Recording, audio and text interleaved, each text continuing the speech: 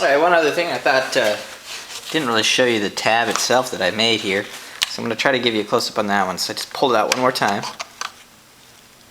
I'm going to have to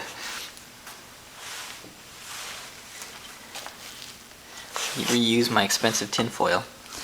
But here, if you look in, try to get a focused. Okay, here. There you can start to sort of see it. So you have the tab, and I mean, it's not that beautiful, but this is just a little piece of tin foil I jammed under it. Now the tin foil is basically two things. One, it does conduct, so if I screw it up, you know, when it twists, it's still going to contact a conductive surface. But the main thing is it's just jammed underneath this tab. So beneath it, lifting it, and it lifts it upward.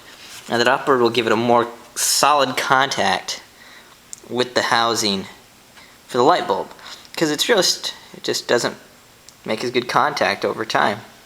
Okay, so that's it. I mean, there's that piece. I mean, that's really what's finished.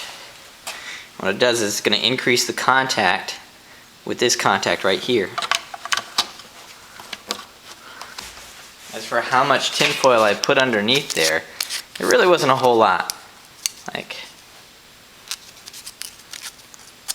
took about like this much.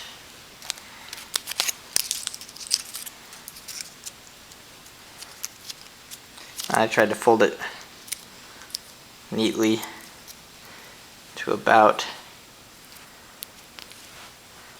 this size. Might actually be a little bit narrower, but the idea here is just to stuff that underneath the contact.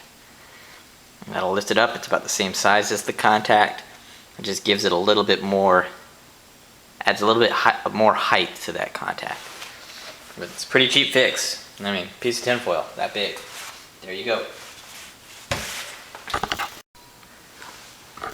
Okay, and then final on closing. I just wanted to point out that, you know, this is actually supposed to be attached to this. But, you know, plastic gets brittle over time, and mine actually just snapped off. But there's two reasons. One, if you wanted to, you could try a little bit of super glue or some epoxy or something and try to glue it back together. But personally, me, I'm not going to worry about that for two reasons. Well, one, you've probably seen my Jeep already, but there's another reason. One is, it's just a flashing to cover the inside cosmetically.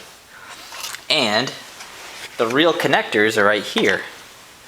So I'm going to go through the reassembly, and what I'm going to do is that, well, first we'll put this in, we'll attach the main plug, push down the lock on it, there, so the red thing's in there, put it in the locator pins. Now because this is snapped, instead of just being on there and we fold it over, if you still want to keep that flashing on there, for cosmetic reasons or what have you, you can still put it there. Because the screws are just going to hold it in place. So I'm actually not going to go through a super gluing process or anything like that. It's just going to be putting it in, just like normal.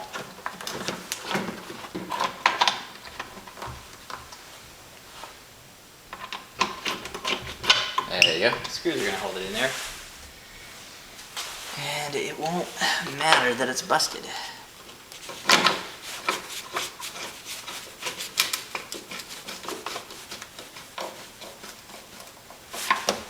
There you go.